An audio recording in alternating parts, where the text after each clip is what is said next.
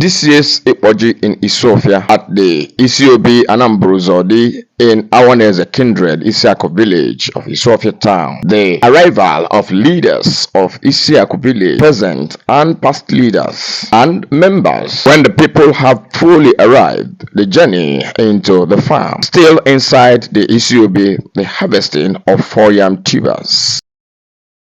Proceeding into the farm within Isiobi Isiako for harvest.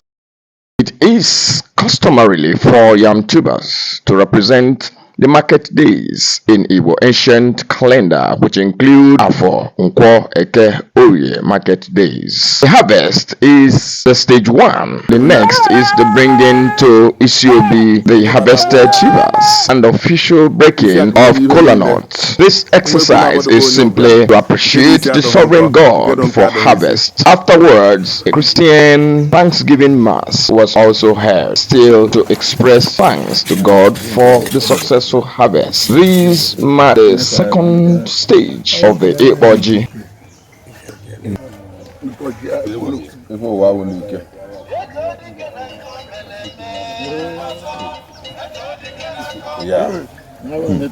Akona aka na Chineke anyị emegala anyị ji anyị lụrụ n'afọ 2023 anyị na-anya efu na ji anyị lụrụ ofuma maka na Chineke nọ n'eluigwe mere ka etinye n'ala netere anya ofuma.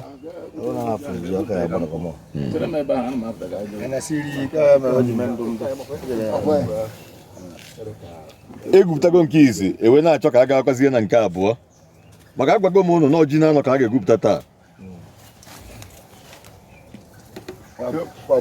Ihe ji na na-egosi bụ Eke, Oye, Afọ na Nkwọ na afọ niile dị n'Igbo zuru oke na ya gosikwuo na anyị ji anọ maka eziokwu ibu na-emere ọba ka ọba emere ubi nke izizi aga na so iwe ya ọchịchị ka ọ na-emere afọ afụtago emecha na ama nke wa ahụ mara nke Nkwọ ihe ama ihe taa ahụ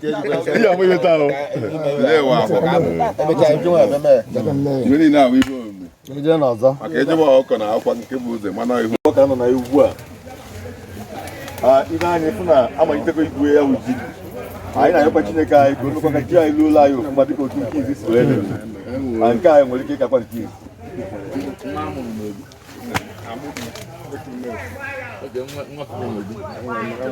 Ihe afụ na ji ama nọ n'akụkụ wee na-ene anya ka ọkwa ibe ekwu ka a na-eme ọma ibe ekwu ka a na-eme ọkụ ose onye ezigbo omenala isi oche nzukọ a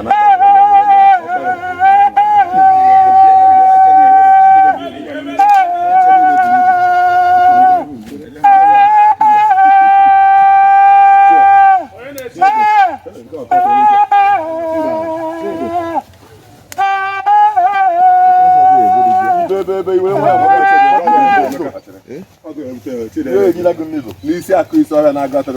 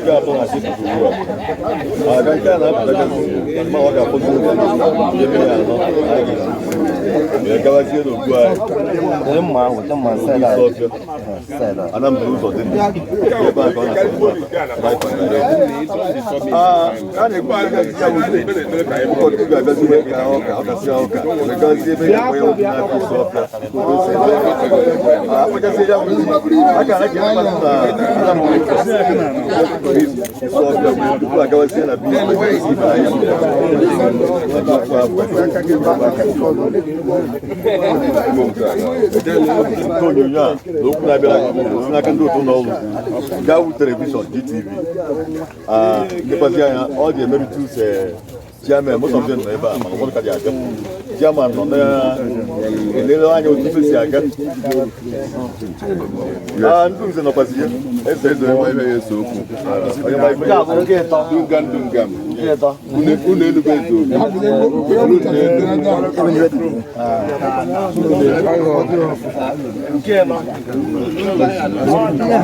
Sunday.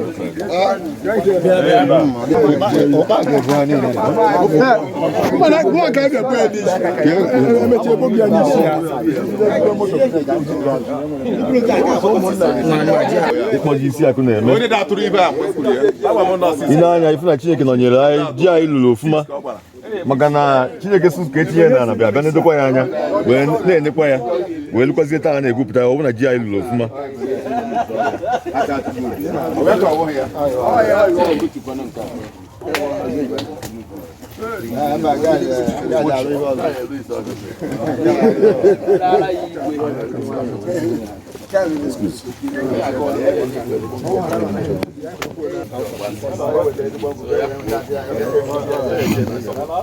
Nke a nke anọ ka a na-egbufte.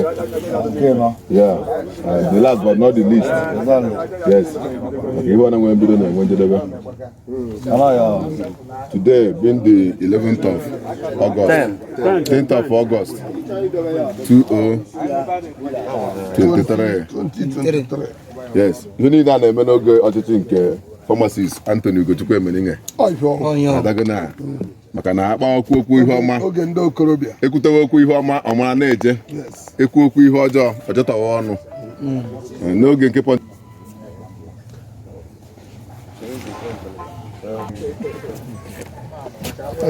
ogbe mara ọgọdọ ume karịkwado akịda ahụghị mgbe ịgwa ka o si adụchasị dị aja ọgọdọ agbapụtụrụ aja na tipa ukwu ọgọdọ na-abụ ka nwaanyị na-enwe izu nke eji eke aji ego nke ịgbọ nke eji eme ngara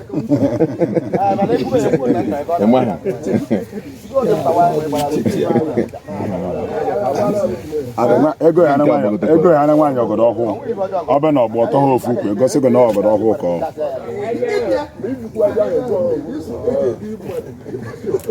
wet biko nye n'ọgọ nwoke aka ị chọrọ ịwa ya akpụ bebi n'ome enu ibebu ome ya ejidezie ma ahụ ọnụ ya wee dọnite ya ọhụrụ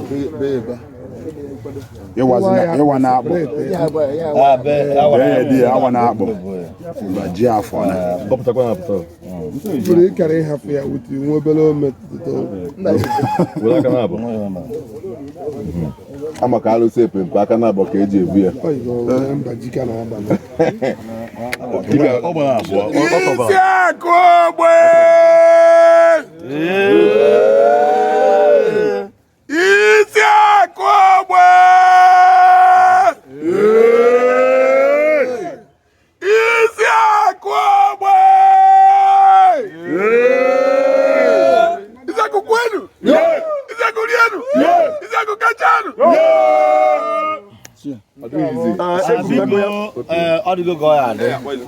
Egwutego the last one so egwutego the last one nke mezuru ji anọ anyị ga-eburuzi ji ya niile na jebezie n'obi ka anyị wee nwee ike jee dozie otu ọ ga-adị jebe na n'ime ebe a na-eme dị emume ebe a niile wee obi ka ọ maka na ji ahụ na mbara obi ka a kọrọ ya so ka anyị jebezie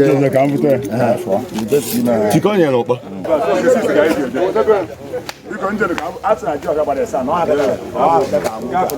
After the harvest, the yam tubers being conveyed to the open space of Isiobi for ceremony proper. mụ na Emekus nwanne m kwụ yes ibe ahụ chi ka m fụ nke a wụ ogene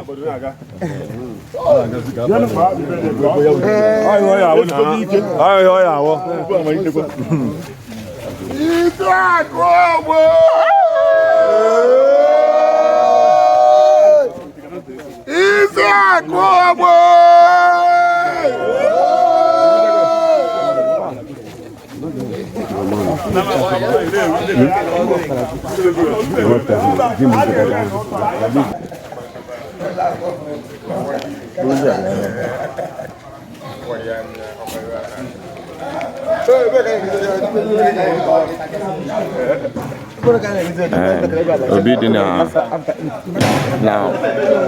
ugbo dị n'ime obi isi akụ ka esi wee kọta ji ya kịta.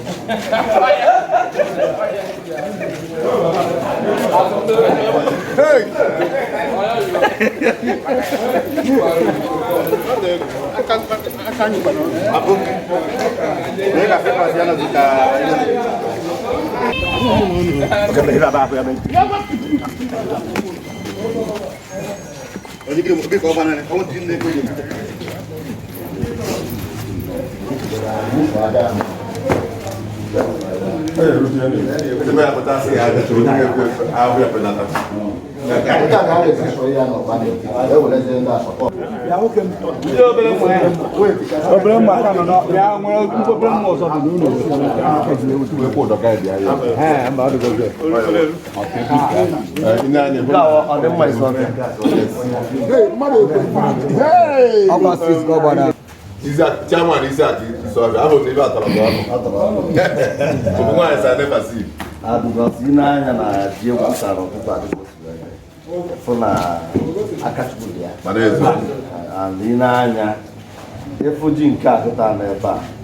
If you know what you see, and you see a number, one I wasn't on the represent, but in my social. So. When I'm madam na akachukulia so na I got that you. So. Magayane meta ka Ikpo so there. Every village on the south is represented. So active so I need to chukwu maka jinka butano toto. Ana because the idea is good now na aga eme moji. Ene ga ze emu moji. I will wait there for mass. So, having brought the yam tubers, a kola nut, as presented by the leaders, was broken and prayers made in Igbo ethnic cultural manner, thanking God of harvest.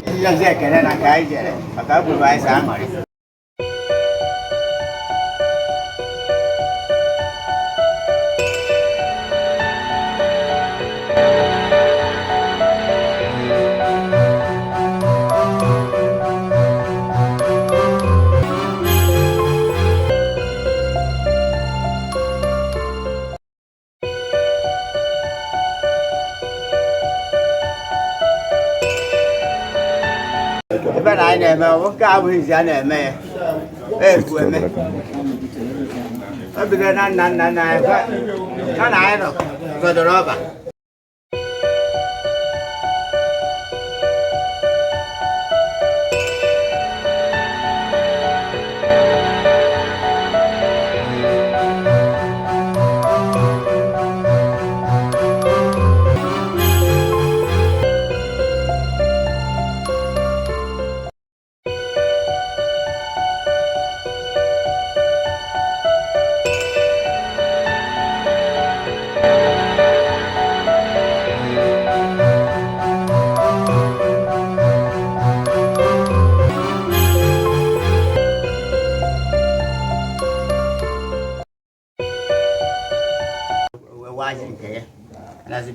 Chile ji ke na mara ai ko no bosen kata ka ho na makari kwara ka ho gara aga resi ba ho ya be fu ale si no do mai ka don ko tamma chile ke na ji ke na ina nye ke na to ka so ya ko di na aka bi ko na so ji ka ai ji na aka chile ke were ta no ogbo ai ata ni be tata nda tata ke ha kwa bi he nwe ụmụnne dị ka nọ n'ụzọ okporo ụzọ ji eruwere ha isi ndị batara abata ha eji anakwa okporo ụzọ ji eruwekwa isi so biko nna ji ike niile nke onye na-emedụ mma ngwa onye ji ekodo mma ya akọrọ ha na ya na-asị ọta aja ịta ọjị atata ndụ tata ahụ ike si n'aha Kraịst onye nwe anyị.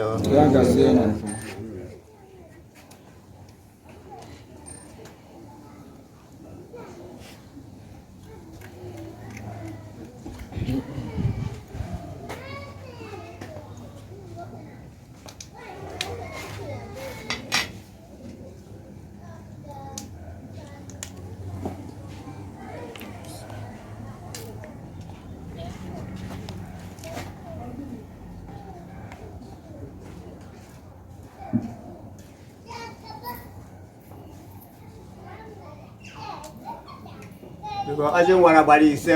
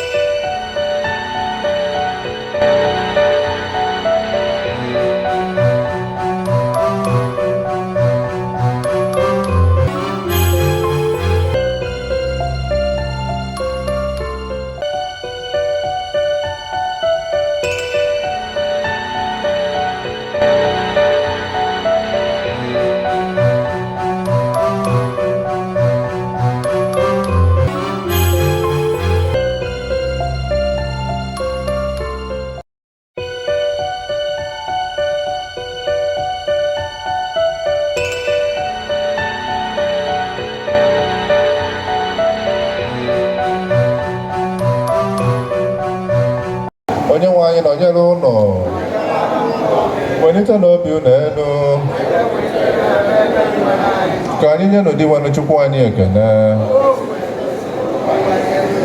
O kwesịrị ezi ma bụrụkwa ihe ziri ezi ọrụ dịrị anyị na nzọpụta anyị, na anyị ga-enye gị ekene oge niile na ebe niile dị nwere ọna dị nsọ Chineke ji ike ghọta ụwa, n'ihi na Lawrence dị ngọzi egburu maka ikwupụta aha gị n'isoro nzọụkwụ Kristi ọbara ọ gbafuru gosipụtara ọrụ ebube gị.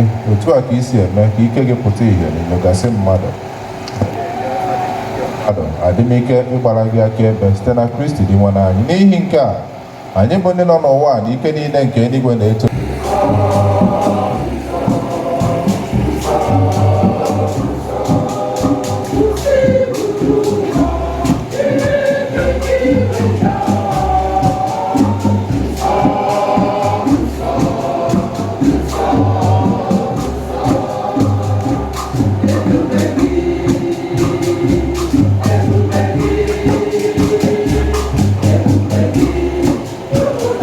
Thank you. ya mere anyị na-ayọ ka ide onyinye ndị a nsọ site n'ikwukwasị ha mmụọ gị ka ha wee ghọọrọ anyị ahụ na ọbara ka onye nwe anyị Jesu Kristi, onye mgbe o kwetara ka edunye n'ahụhụ ọnwụ were achịcha ka ọ na-enye ekele nyawa ya nyekwa ya ụmụazụ ya na-asị, naranụ nke a rienụ ya unu niile, nke a bụ ahụ m ka a ga-eduru nye maka unu.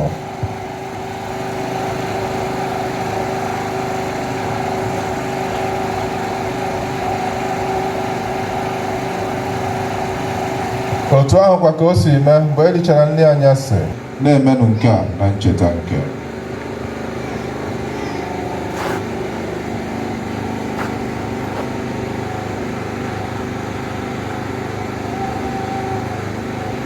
ihe omimi nke okwukwe.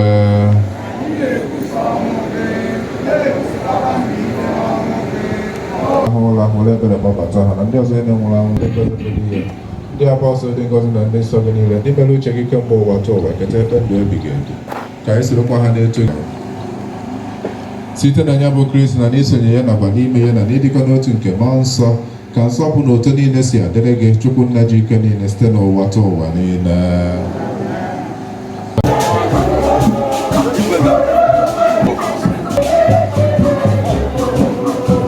Igwe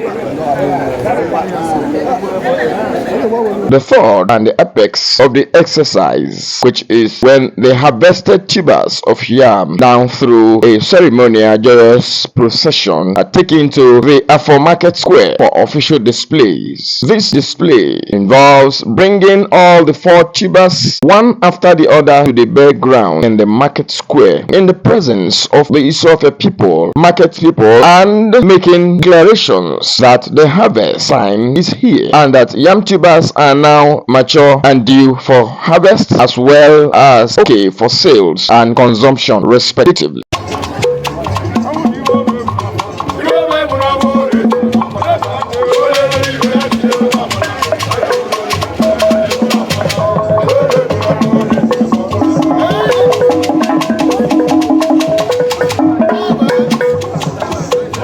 Arrivals of various music groups, youths, others, ceremonial procession to Afo Market is on the way.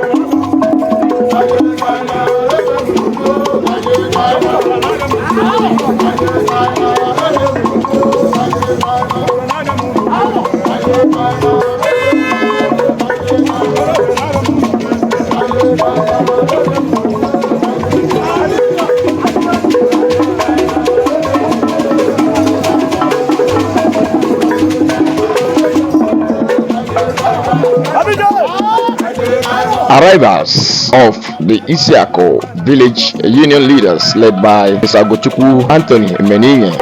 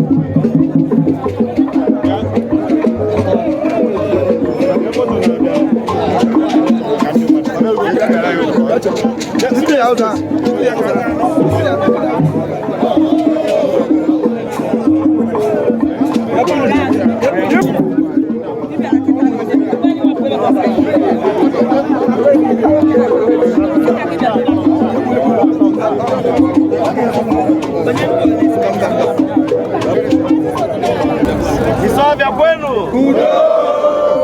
Isofia kwenu. Isofia kwezu ono.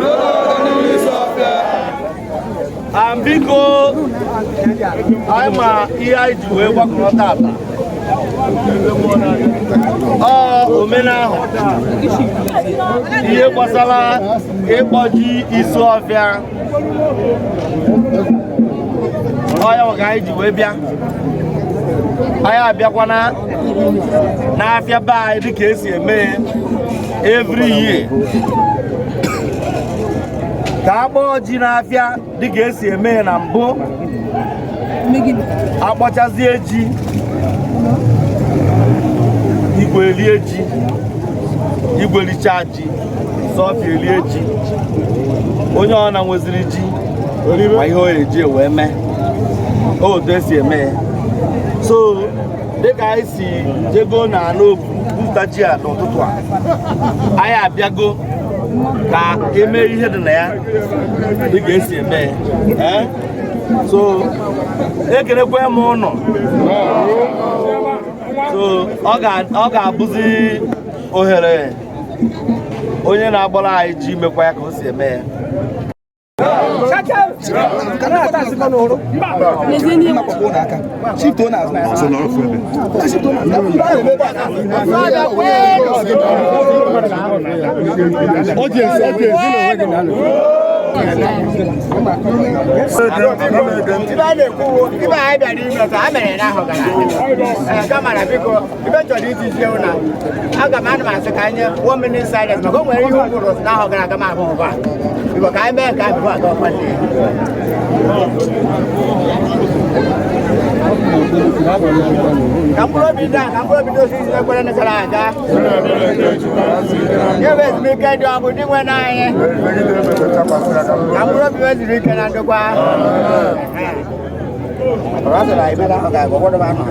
Biko awebia aye ogu kai de na go mo na de ta nwe to ni he su ji se ba ai no e bi na kai ji ai ji bi e ba o kai bo me na akocha ni Isofia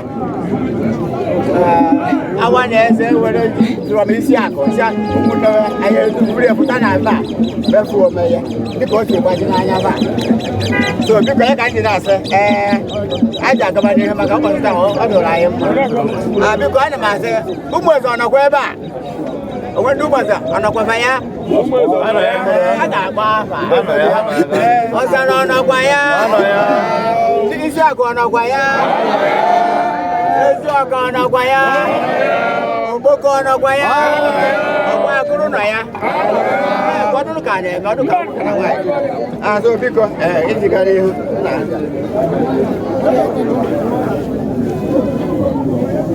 Frona, asa no se ya. Isofia aju amu.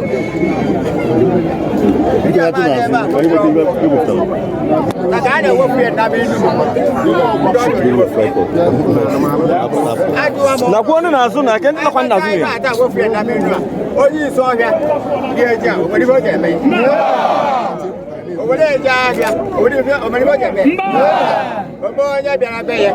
O nwere si ya ngwa nwere na na nwa so n'ụlọ. O nwere bo je me ya.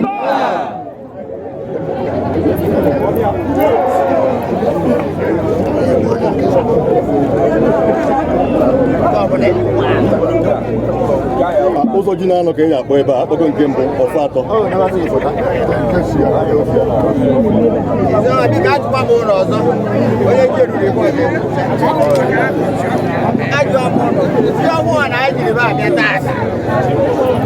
onye buru eje ebe dịka ofugbajere nwere ibe o ji eme ya na-emecha ibe ata o were sụọ ndị jiri o nwere ibe o ji eme ya o were nye nwa di ya na-ewe na o nwere ibe o ji eme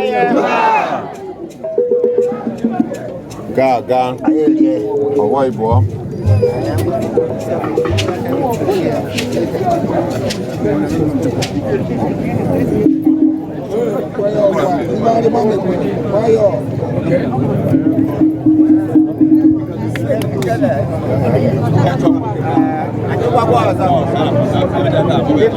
Isofia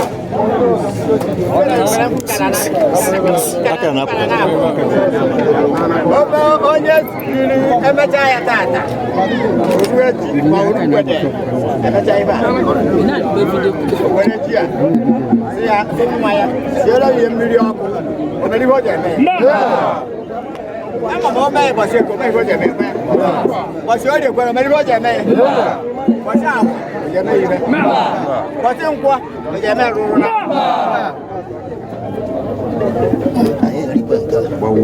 aka na-abụ mmadụ na-abụghị ihe ga-aga ma ha furu nke aka taa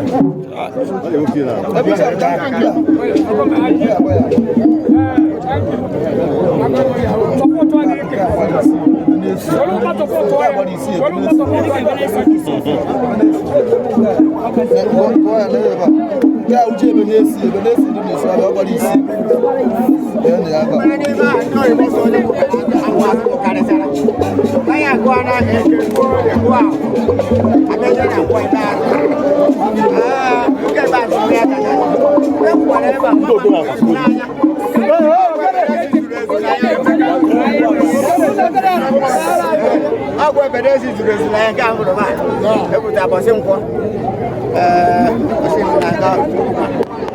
biko mbere ha dọrọ ebe a bụ ji a onye isi ọbịa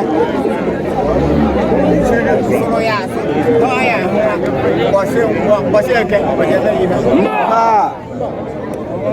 olu ụbọchị ọrịa gosie ya nwanyị ojeme ihe olùbọ̀sí àwọn ọ̀sùn sùwárà yà ní gánà síwáyé ọ̀yìnbó yóò jẹ̀ bẹ́ẹ̀. ọ̀sùn náà bákàtà ti jẹ́ ẹ̀jẹ̀ sí bẹ́ẹ̀ yọ̀ náà ọ̀yìnbó jẹ̀ bẹ́ẹ̀. ẹ̀kẹ̀dẹ̀ pa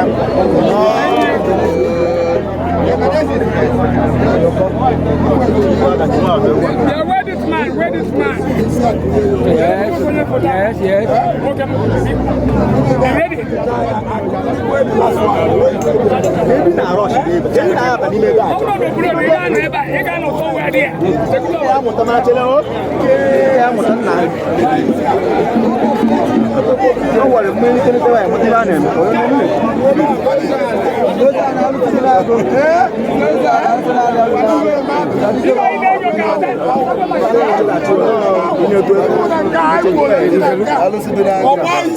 eze mmiri so ibe adị gba mere eze mmiri so ọ Chineke nna osi na iri ji aka nọ ibe tọ anyị afụkwala omu udo be anyị afụkwala omu udo be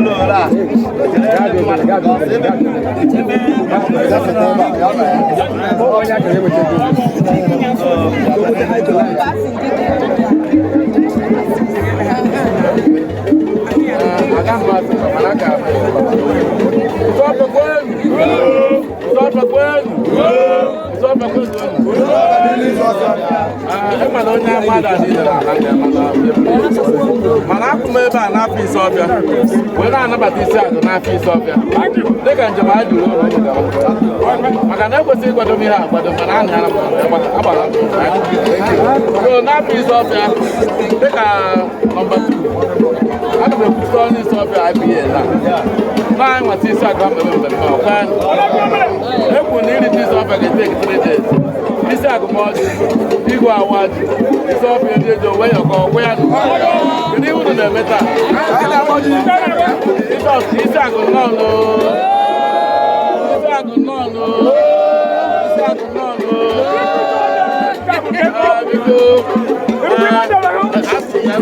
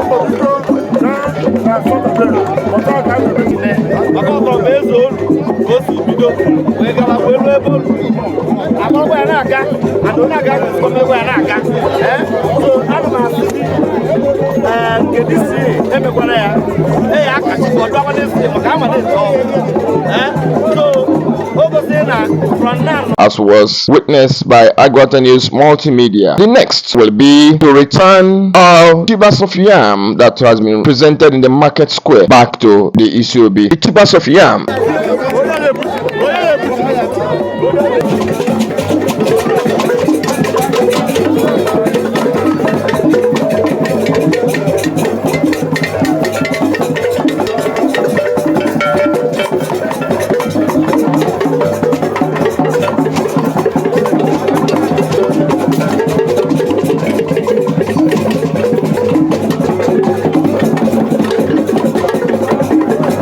Tubers of yam returns back to Isiobi after market square displays.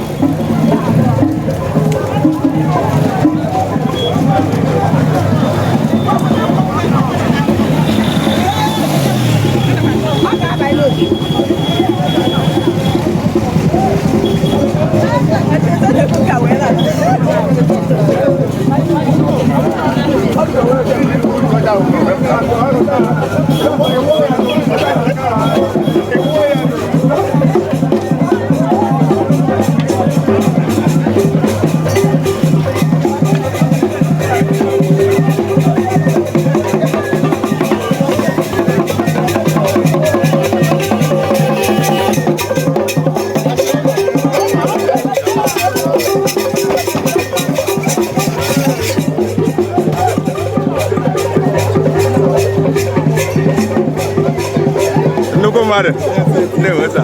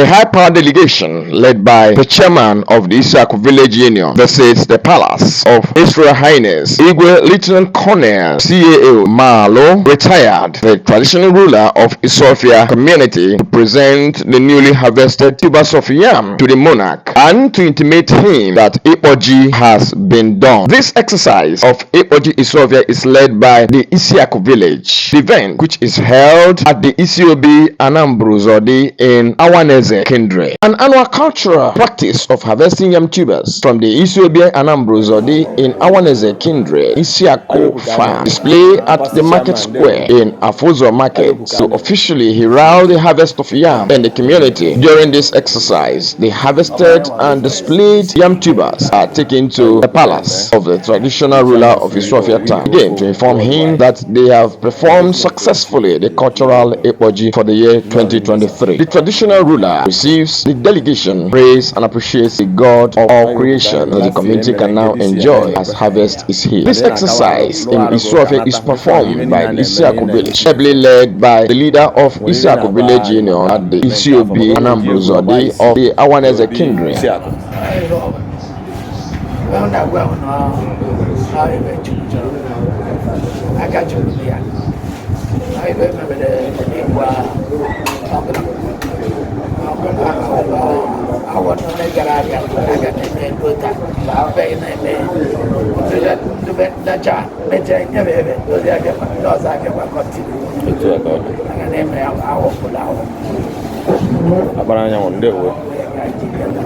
Thank you very much.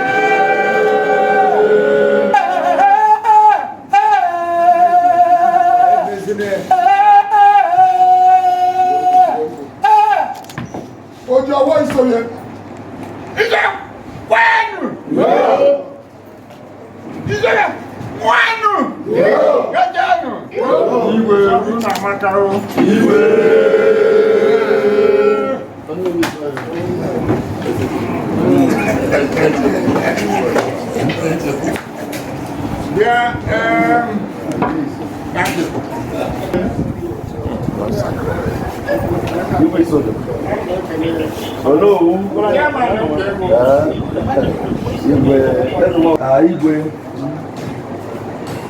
ahịa abịakwa ọzọ ihe abụ ndị isi a dịka anyị si wee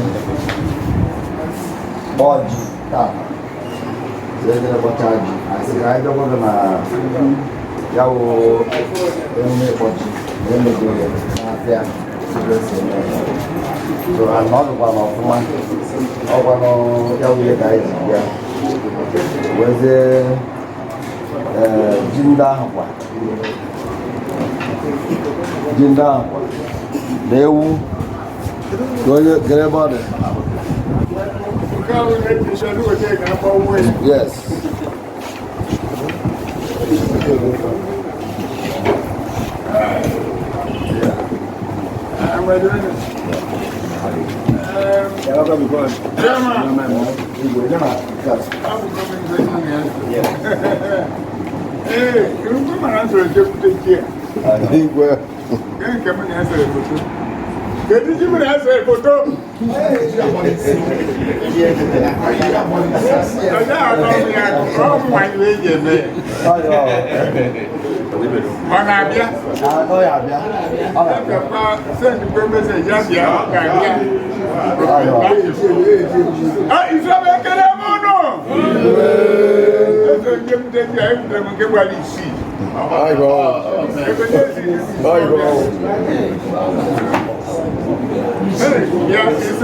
Yes, I know.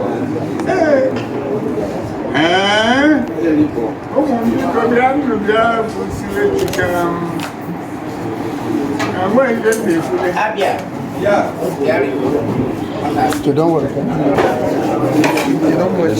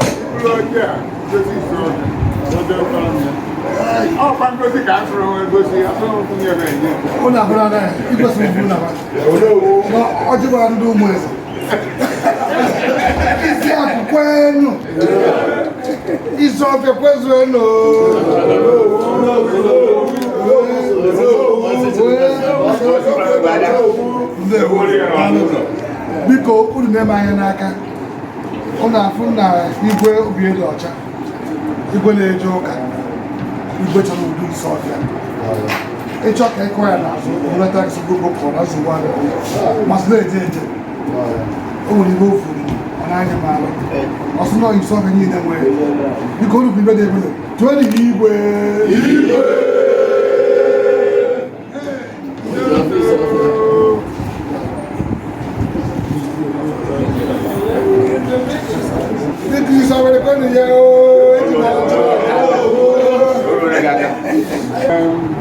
Ọbịa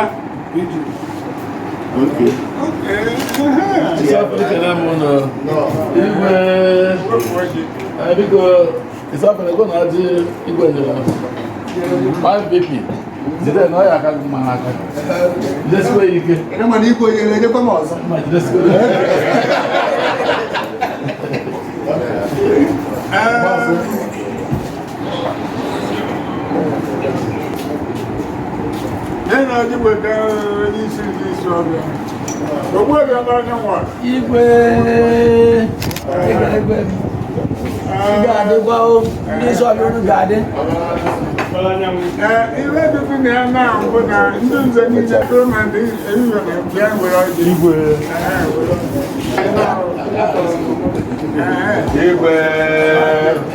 sọfịa ekene m ụlọ ihe mmadụ bụ na ndị nze niile bịara were ọjị were chaa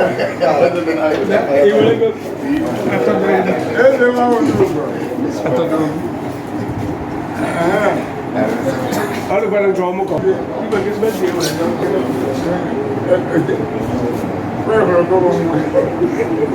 igwe Okpoko ọ̀nà ya, akụrụ ọ̀nà ya, biko ụgbọ etu, ọwụ na ọdụdụ ebe ji ikpofu ọjị.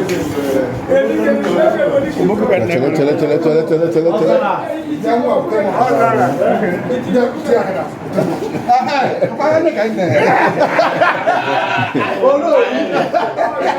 isi akụwe ọka na-achị iwe oge a na-abịa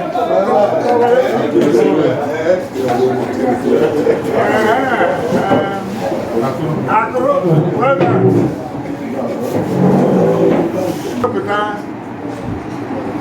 onye eji eme bụ gọvanọ Anambra steeti nke na-arụ ọrụ eji ama biko ka anyị kụnara onwe anyị aka solution nọ ebe a and ọ na-asa ọbụ ya na-asị Chineke dịka emekwe ya nye ya onye na-eri ngozi nye ya mgbado ngozi ezi ebichakwa n'uru Chineke nyekwe ya ahụike na-agbazikwere karịa etu o si agbazi ka o wee na-arụrụ anyị ọrụ ụdị ọrụ ọ na-arụ isọrọ nwoke ga-adụ nwaanyị ga-adụ okoro ga-adụ agbọghọ ga-adụ onye rụọ ya dị onye kọkwa ya bute bụrụ nwere awụghị oroma anyị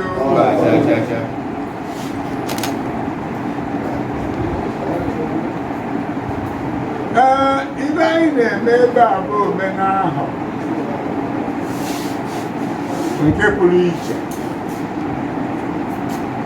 bụ emume ji ọfụ na-ezu Igbo niile ọnụ tata ka o ruru anyị wee na-eme taa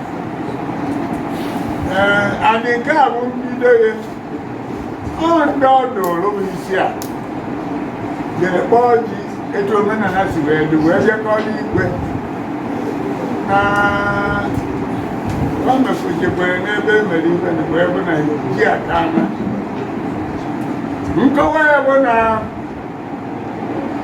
onye ọbụla jere n'obi ya ihe a igwe ji igwe onye ọbụla jere na-abịa jụrụ ji a igwe ji ihe igwe onye ọbụla butere je na-abịale igwe ji ihe anyị na-ekene Chukwu anyị ọ na-emere anyị mma Chukwu ebe ama kere enu ka ana wee nye anyị ana na-azọ ya ụkwụ na-ajụ anyị maka na anyị ezuzu ka ya etere ọbọdụzụzụ ahụ Chineke ana o nyere anyị na-edozi anyị ahụ na-eme eke na-agba mbọ bụ na anyị azọbeghị ibe je emerụ ahụ wee na-asị Chukwu nna Chukwu ebe a ndị isi ọbịa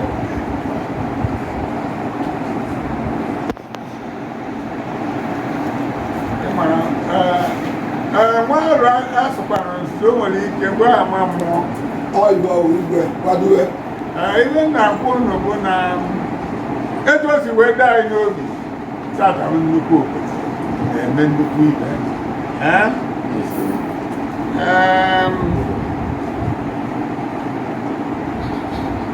a ga na-emekwa na emume kwa ahụ anyị eji eme kwa nganaha ahụ anyị na-eme kwa ahụ anyị eji eme kwa nganaha ahụ anyị ga na-eme emume ji kwa ahụ anyị eji eme kwa nganaha ahụ wee na-asị Chineke nna nọ n'elu ndị niile jiri maka ibi eriri ji a wee nọdụ ebe a ma ọ bụ nọta n'isi ọbịa Chineke biko nye aka etu isi enyebuli naba nọsị ya naba ọ ga-adị ofu ọ bịara bụ onye abịa bụ ego ya ababịa anara mkpụrụ eji hapụ ya ụkwụ ọrụ ka unu niile bịara ebe a ji wee bịa ma izobe niile dị ya ma ndị ọyịba niile dị ya ma ndị ọzọ niile dị ya ụkwụ ọma ka unu ji mgbe unu ga-ana ụkwụ nke unu ga-eji wee mma ga-akarịrị nke unu ji wee bịa mma ọ ibe eji mara isi ọbịa ana m ekene ụlọ wee sị Chineke nna biko na anụ ọhịa ojii a nna bikọta ojii a n'igwe na anyị bụ ụmụ ga-ata anyị n'ibe na onye ọbụla tara ojii a ga-atata ibe akpa ibe enwe enwe ọ ga-atata ogologo ndụ na arụ ike ọ ga-atata ndị aghara mere ụwa ji aga okirikiri anyị kwere na Chukwu agba ahụ ga-emezuru anyị ibe niile ndị a sị na Kristi adị mma n'anya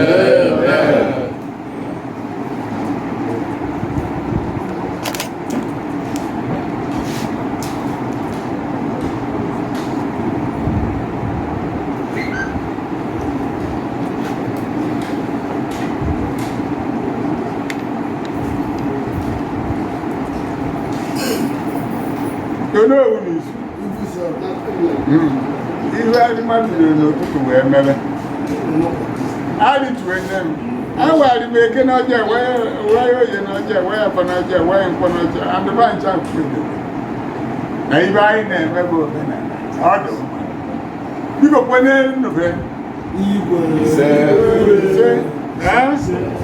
wee na-ekwuzi anyị ekwu na-ejikwuzi nke gbara isi wee wụọ ji wee na-awa nke gbara isi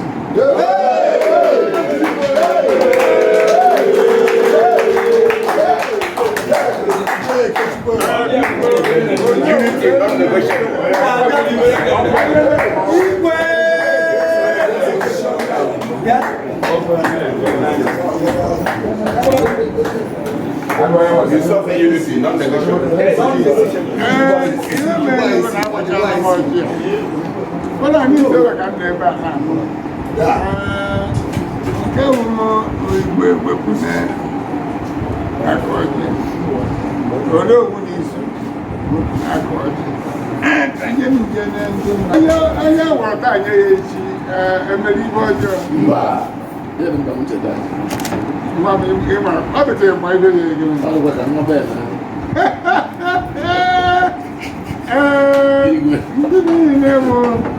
Ndị chere n'isi a n'oge gara aga bịa na were ọjị onwe tọrọ m ebe a mba ndọ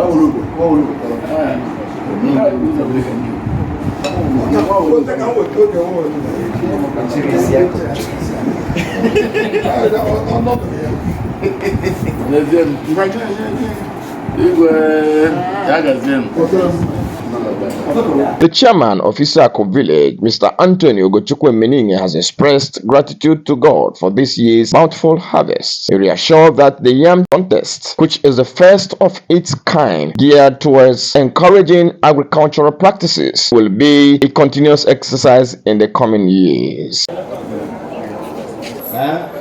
Thank you very much. Thank you.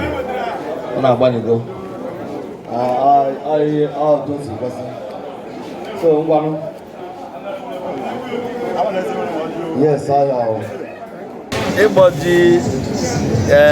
2023 bụ ọpụrụiche because anyị etinyego the aka eji eme ihe ka ọ dị ka o kwesịrị ịdị and I believe na onye ọbụla ya abịa ebe a tata ka o were anya efu ka o were ọnụ ya kwuo ka ntị wee nọ. I want somebody of too many words. I always want people to see and believe. So this year Ghana amalite for the competition. Yes, this year Ghana amalite competition. Onye ji ya aka. Onye ji ya kacha. And onye ọbụla ji ya kacha this year ga-ebu the first prize ga-abụ generator. Then the second prize ga-abụ gas cooker and cylinder. And the third prize ga-abụ wheelbarrow. Mana everybody register gets a consolation prize. Thank you. I feel going in on ụtụtụ mgbe ebupụtara ya bụ ji. So ka gị si efu ji nke aha. Ị na-anya ị ga-afụ na ji nke aha dịkwa iche. Because na enwere ji efuru ebe ahụ na ofu ji gbara 6. For me, I said it represents a Benesi non Isofia. Yes. And ị na-anya otu ha si nọrọcha ọ nọcha dịka otu esi wee ka one si wee nọrọ. So ifu na ya wụ ihe nlụmama. A miraculous yam. Yes, ihe nlụmama maka na Chineke karịrị mmadụ. Chineke karịrị mmadụ. So na mmadụ ihe ọ na mmadụ na-eme na ọ na-ejide na Chukwu nọ maka Chukwu ihe niile. So ịwọchi ya na efu ihe nlụmama dị na ji a ọ na-egosi ịdịkọ n'otu nke Isofia. The unity of Isofia is not negotiable. Anyị na-agwa ndụmọdụ na-agwa ndị isi akụ bụ our culture is our heritage.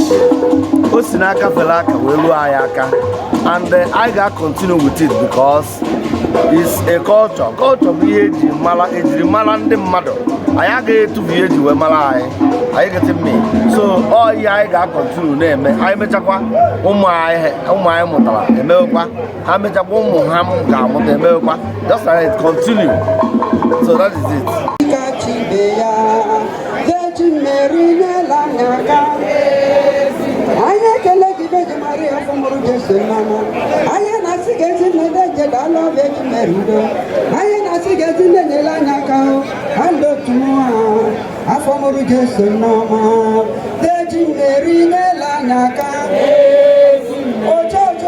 Isaku kwenu, ọjà àtàkùnù, ọ̀gídì tí egwu a, ẹ̀yà nìkan ìfọ̀kùnkùn egwu a. Síkì ilé ìjẹ lálọ́, akẹ́kọ̀ọ́ ọ̀gbọ̀n Nàìjíríà. Ọ̀ya, akẹ́kọ̀ọ́ náà náà akẹ́kọ̀ọ́ egwu ọmọ àgbá. Ibo ọsọ akẹ́kọ̀ọ́ àyà kan kèrú lébó gẹ̀ ọ̀dá ẹ̀wọ̀n àdìdí. Kẹta.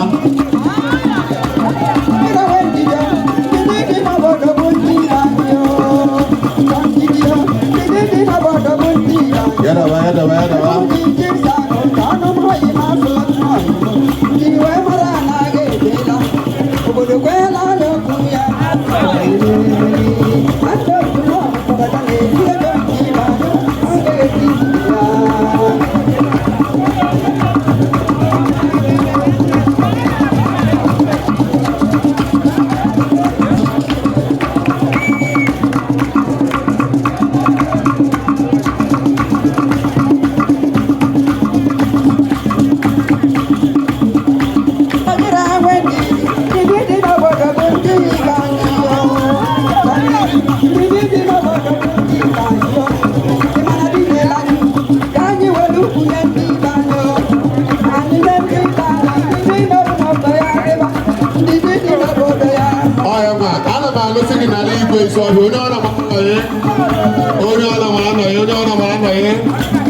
Onye ọrụ meki ụzọ ka ọ kwụrụ ọtọ na sponsọ ndị ọfọ adịbe gọdịba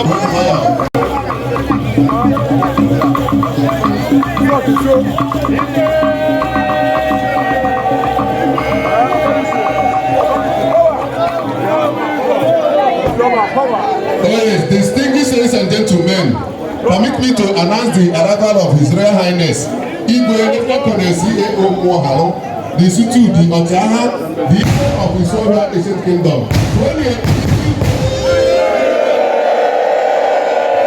Hey! Obodo ederego jijim ina ni hụ na dike na dimbe na abata. Ọ naghị awa aka kakwala igwe dị ebube dị ngozi, igwe na-eje ụka, igwe nwa ibe, igwe nwa ekwu okwu, igwe mara mma nwoke. Ọ na-awụ nne na igwe isi ọbịa na anụmajụba onye bụ onye ọrịa dụ mgbe ọ dị 27 years. Kolo Obinna achọdị mmadụ nke dị mgbe ọ na ga-ahụ ihu na ihu.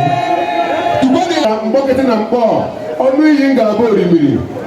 Anyị hụrụ ya ka ọ na-abata. Ị ga-ahụkwa GDI Okafọ mgbadika ụmụnze ojiji chiri nwe aja. Anyị hụrụ gị ọ dịghị izi. Ị ga-ahụkwa Chief GI Okafọ ọkpara Anyanwụọla na Isiobia, the chairman CEO Winkofom West Africa Limited. Ịnụọ nwaanyị ime na-esiri nwunye gị ike jee chọọ Winkofom. Ịnụọ nwaanyị gị na nwunye gị na-ese okwu jee chọọ Winkofom. Ọ dịghị izi. Ị ga-ahụkwa Chief Peter Okonkwo eze na nwewere ugo nna ya. O wetara aṅara n'isi akụ ndị mmadụ were na-adụzi unu. Yes, anyị na-ahụ unu niile. Ị ga-ahụkwa Chief Samuel Nwankwọ Ezugo Isiobia ike dị n'eziokwu. Anyị hụrụ gị. Ị ga-ahụkwa Nze Ajinus Okekokere Akọ eze ana onye ma ibe ya-eso okwu n'Isiobia. Eze mmụọ eze bụ na ịkpa dundu ngangam mgbe ekwu na-agbadebe onye ụbịam nke dị isi adịghị nkọ nke dị nke adịghị isi kịtịkpa na-agba onye ajọchi. Unu enube eze obi pefulu n'elu tọiletị na anị. Unu ikpe agụrụ ibete mma ijeje nga ibete njọ ijeje nga. Eze bụ n'agụ ọ adịrị gị na mma iso n'ibe a na-eme. Anyị gwara Chief Grigori Ọlagụ eze na obi ekunye n'Isiobia iso n'ibe a na-eme. Umeni nwa ụba ị na-ebe eri ụtụtụ wee nwee ike na-ene ya n'ibe a na-eme. Anyị na-ahụkwa Ichie Afụnwa Elotenna Honorable Oje Ọnụọla, the President Emeritus of Isiobia People's Union Federated. Ọ na-ebe alive. Ọ dịghị izi mgbe ọ chọrọ a na-achị mgbe ọ gbara na fonu nwaanyị bịa nwoke aka ọlọ maka na sivise. Anyị na-ene anya anyị hụ na ndị Igbo Isiobia na ntọraji ya apụtago. Anyị gwara Ichie Dr. Sir David Olafụ aka na-akwa mgbada na Isiobia, Ichie Chinemeze ọ na-ebe alive. Anyị na-ekene unu niile. Anyị hụ ama mmetọ ọjị ọ na-edozi obodo, ama mmetọ ọjị obido obodo gbasaa. Igbo ọwụ ya ka ọwụ ya. ọ naghị asị igwe na ọ dara iwu na ọnna iwu na-erukwa anya mgbe dịka isi ọrịa na-achọ ịbata ụmụ nwaanyị unu ga-eji nwayọọ na-agbakwanye aka ndị na-eji ezuru ohi ihu ma 5 minutes unu afụchie anabata mgbadike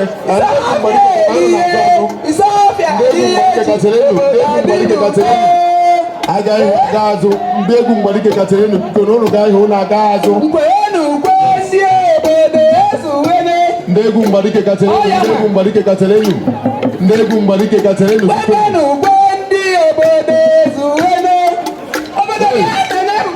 isi akụ na-akpọ ọjị isi akụ na-akpọ ọjị nye eze erihe ji obodo adị n'udo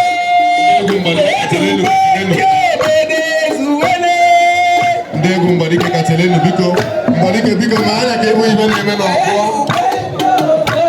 biko ma anya ka egwu ibe na-eme n'ọgbọ biko mgbadike biko ma anya ka egwu ibe na-eme n'ọgbọ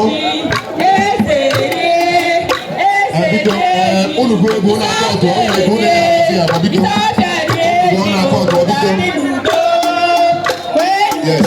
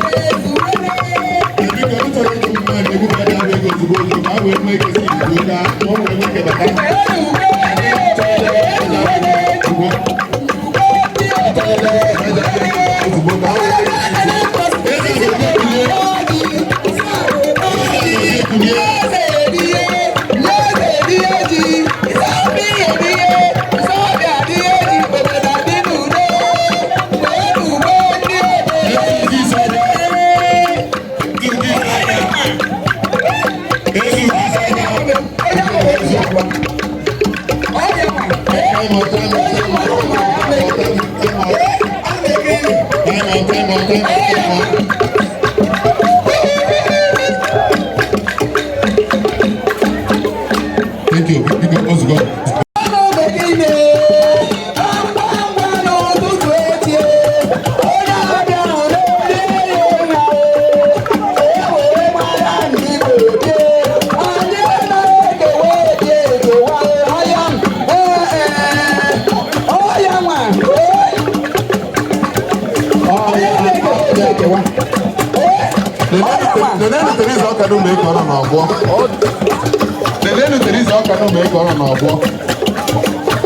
Nwaanyị ọkụkọ Igbo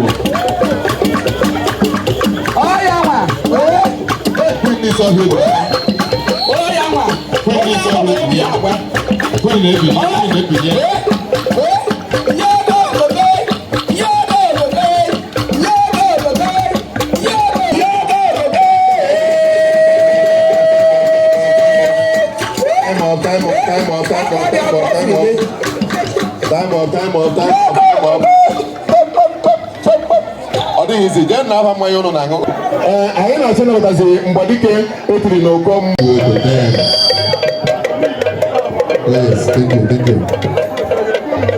mgbadike na-achọ ịbata mgbadike etiri n'ụkọ mmọnwụ mgbadike ya ahụ nwa ejije gị obi were ejekwa ụgwọ gị ede ga-eji ozugbo maka na akpọta ụgwọ akụ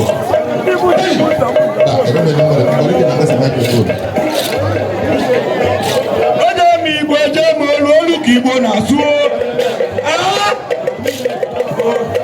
ndị bụ nzọbụ sere gụrụ onye anaghị m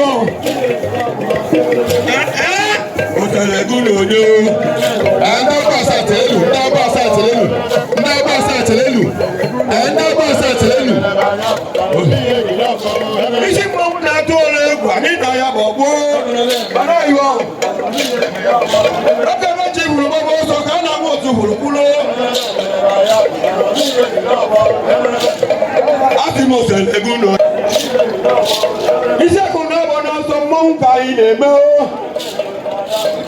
na-ekwe ekwe atimoselegunu onye obere dibịa na-eche anyị n'ụzọ ebe o see ya ọmụọ atimoselegunu onye mmadụ ike gụsụrụ mpiki ikuku gabele anaghị eberebe atimoselegunu onye isi mmanwụ na-atụ ọrụ egwu anyị na ya bụ ọgbọ eberebe atimoselegunu onye onye eme igbo eje ebe olu olu ka igbo na-asụ agụsịkọsịkọsị ka ndị oyibo na-asụ atimoselegunu onye aga ebe nji eti ogene na ọdụ ka ebiri nje mana oyibo oselegunu onye otutu etoro ogbu ezi ibe onye etokwe n'ahịhịa mana oyibo oselegunu onye otutu etoro ogbu ezi anụ onye etokwe n'ahịhịa eberebe asị m oselegunu onye ịsa anyị nụrụ ji izu ọgụ anyị belesi tọọ asị m oselegunu onye mgbadi kisi ọbịa nọ n'ọgbọ okeke m uderi akụ mgbanwe ọdụ nchezo oselegunu oge okorobịa chere ọwụrọ nne m ya nọ n'ọsọ asị m oselegunu onye ndị bụ nzọbụ oselegunu onye mmanwụ m asị m oselegunu onye mmadụ ike bụ usoro mpiki ikuku gabele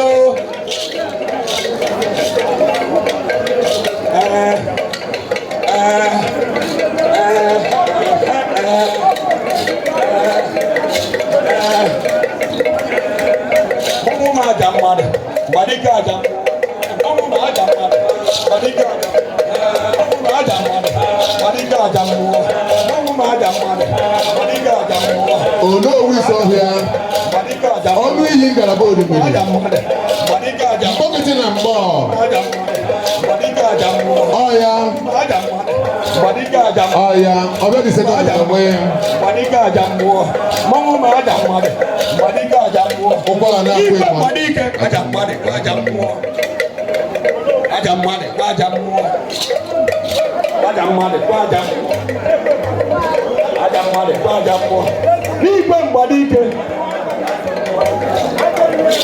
aja mmadụ kwa aja mmụọ aja mmadụ kwa aja n'ikpe mgbadike aja mmadụ kwa aja mmụọ aja mmadụ kwa aja mmụọ n'ikpe mgbadike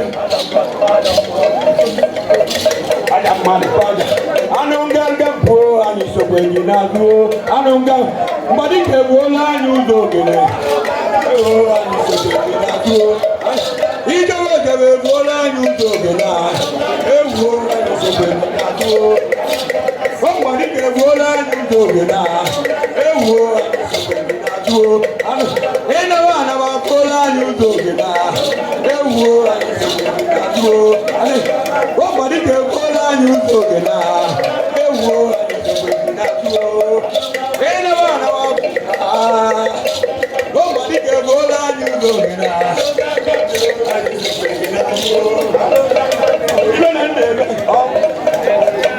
ọya mgbe ị na-ama mmọnwụ mmọnwụ ama mbe ka nwa na ikorobịa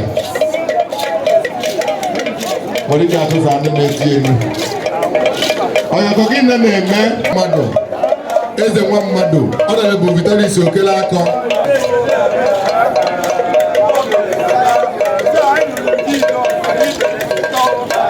Gịnị nọ kwa hụ dịka ahụrụ gị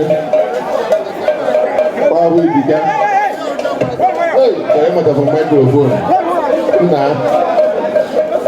but ihu isi ọla ka ọ na-eme yes yeah no problem mgbadike ịma na anaghị enye mmọnwụ time like that o nwere onye esi enye mmọnwụ time ma duto na mgbadike amara that no ihe isi akụ isi ọla na-eme ọ mara na ọ bụghị ihe 5 minutes to go ka a wee nwee ike gbabata mmọnwụ ọzọ yalago yes enjila aka mgbadike ụlọ ọ mago na ọ bụghị ihe 5 minutes to go ka a wee nwee ike gbabata mmọnwụ ọzọ yes hey during the competition and after so ọnwa na-akpa ị na-asụ mbọ iwere nwayọ mee mbọ na-ebe akarịrị mbọ igwe isi ọhịa ihe ọ na ga-amiti ndị kọmiti ga na-asọ ọtụọ ya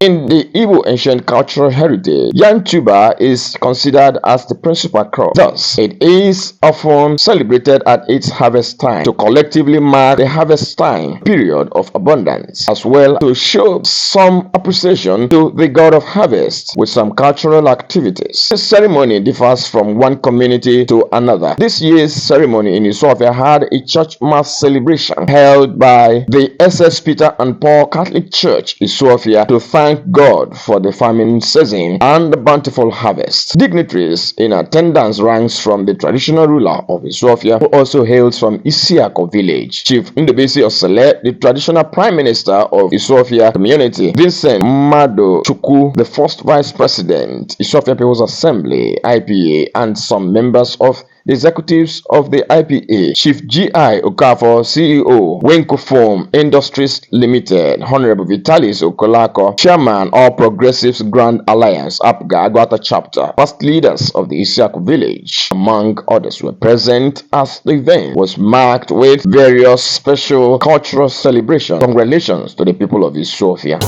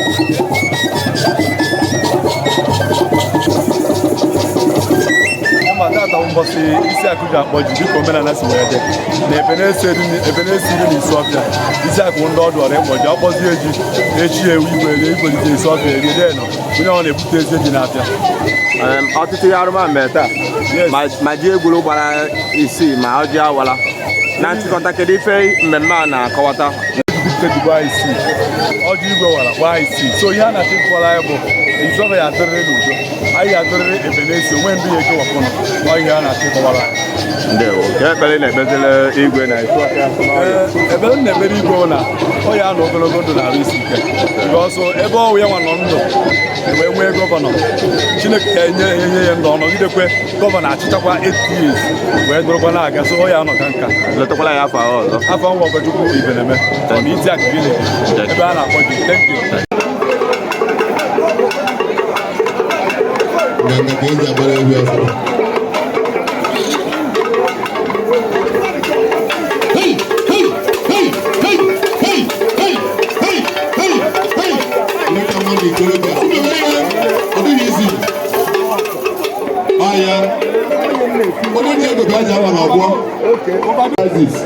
Biko ndị mmụọ biko banye na ọkụ atakwuo n'ihu ọ dịghị izi ọ na-aka mgbe were ndụ n'amara etiri n'ụgbọ amara biko let's call it a day ndị mmụọ biko let's call it a day ka wee ji agachi atakwa azụ ka e wee nwee ike na-echi maka na otu egwu aga ihu aga azụ ka e wee nwee ike pụta echi ndị ma anya enweghị mbalansi ya skel a ya abịa mee ya ndị na-ele Ebinude anya n'ala biko ji adị n'ihu ebe ahụ ji eji eme kọmpetishọn abịa ha na ya mma ịma na onye ọ na-eji na shedi ya Ebinude isi ọbịa nọ n'ọgbọ Ebinude is 1930 ọya Ebinude mana respect reciprocal nwaanyị na-ehugbu ana were ayọta dị ihe ọdọkịrị na-ehugbu ana na agụ nne ya ala dede na onowu Isiọbịa ka ọ na-eri ego mkpọkọtị na mkpọ Isiọbịa nwere good luck igbu Isiọbịa agụ anaghị agụ ya iji agụ anaghị agụ ya ogbe onye ọrụ tiri ọzọ na Isiọbịa agụ na-agụ maka na nze na ọzọ Isiọbịa bụ nze na ọzọ aṅara na ọjị ọ dịghị izi ya na ego yes ọya apụ igwe anaghị eme ihe ọma nara eze mmụọ nara eze mmụọ ga-esi eje nga irode njọ ijeje nga mgbe egwu na-agbado nke ha pụtara ebe a taa so anyị chọrọ ndị a kọrọ ji ahụ hapụta ebe a ndị kọrọ ji apụta ha dị mmadụ ile ọnwa na Mrs. Margaret Moabike Mr. Pius Okoye Mr.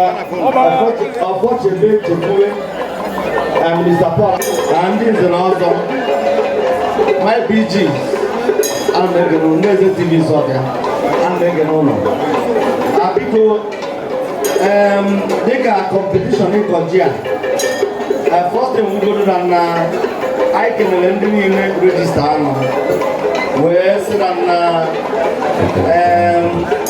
anyị kwuru na a ga-enye onye nke mbụ onyinye onye nke abụọ na onye nke atọ mana ndị ọzọ niile regista anọ anyị ga-emekwu na encourage so first thing first bụgoro na onye ọbụla regista n'ebe a na ụnụ ncha ya ejegoro ebe edori ya weregoro ofu ọgụ ụnụ ncha ọ sị na anyị ncha ga-aga weregoro ofu ọgụ anyị ncha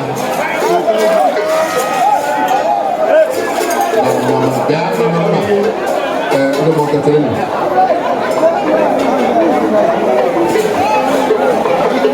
ọ sị na anyị ncha ya ejegoro ozugbo okay now cause this can one name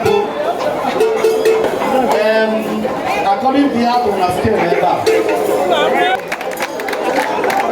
and now when the member onye gbara onye nke mbụ ji dara 30.5 kg hey and the law of Mr. Gilbert Okoye ọgara wale ego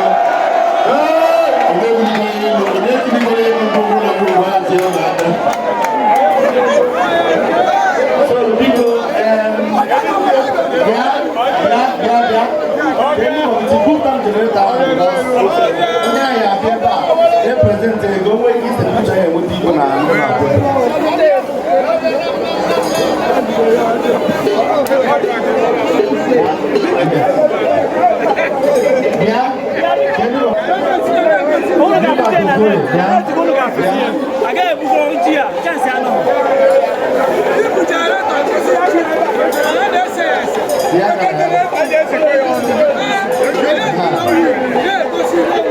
Thank you.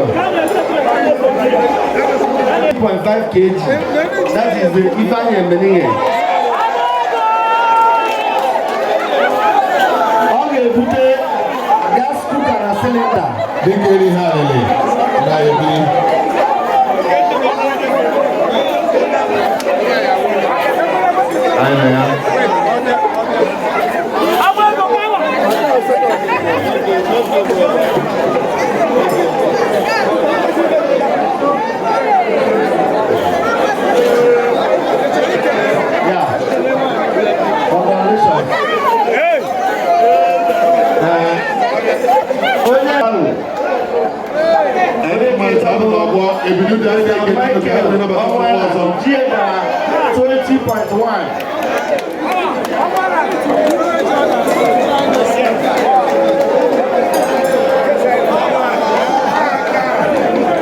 What is here?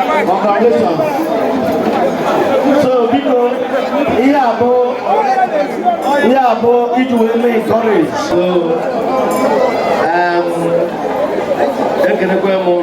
thank you, Chairman. But before I conclude,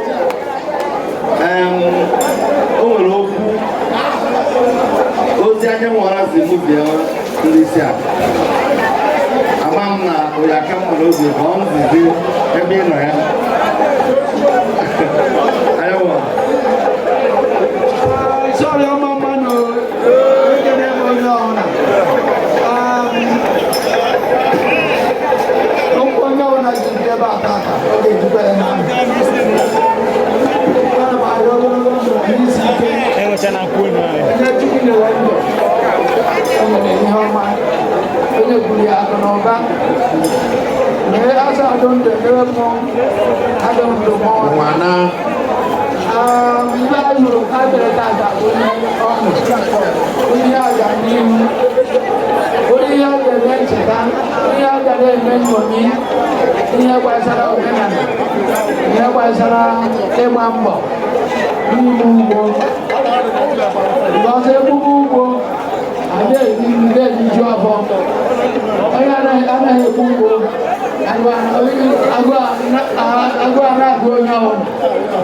So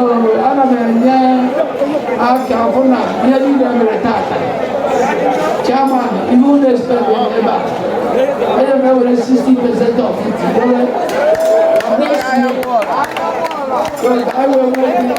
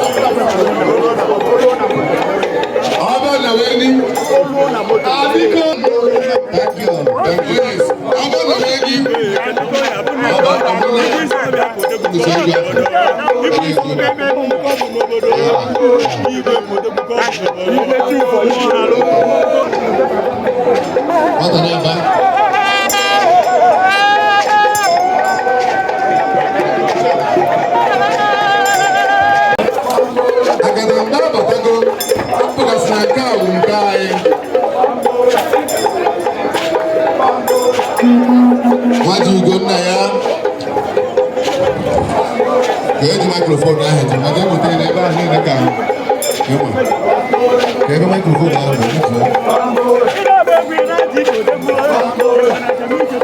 onye ji microphone ahụ iji wetara nke ndị media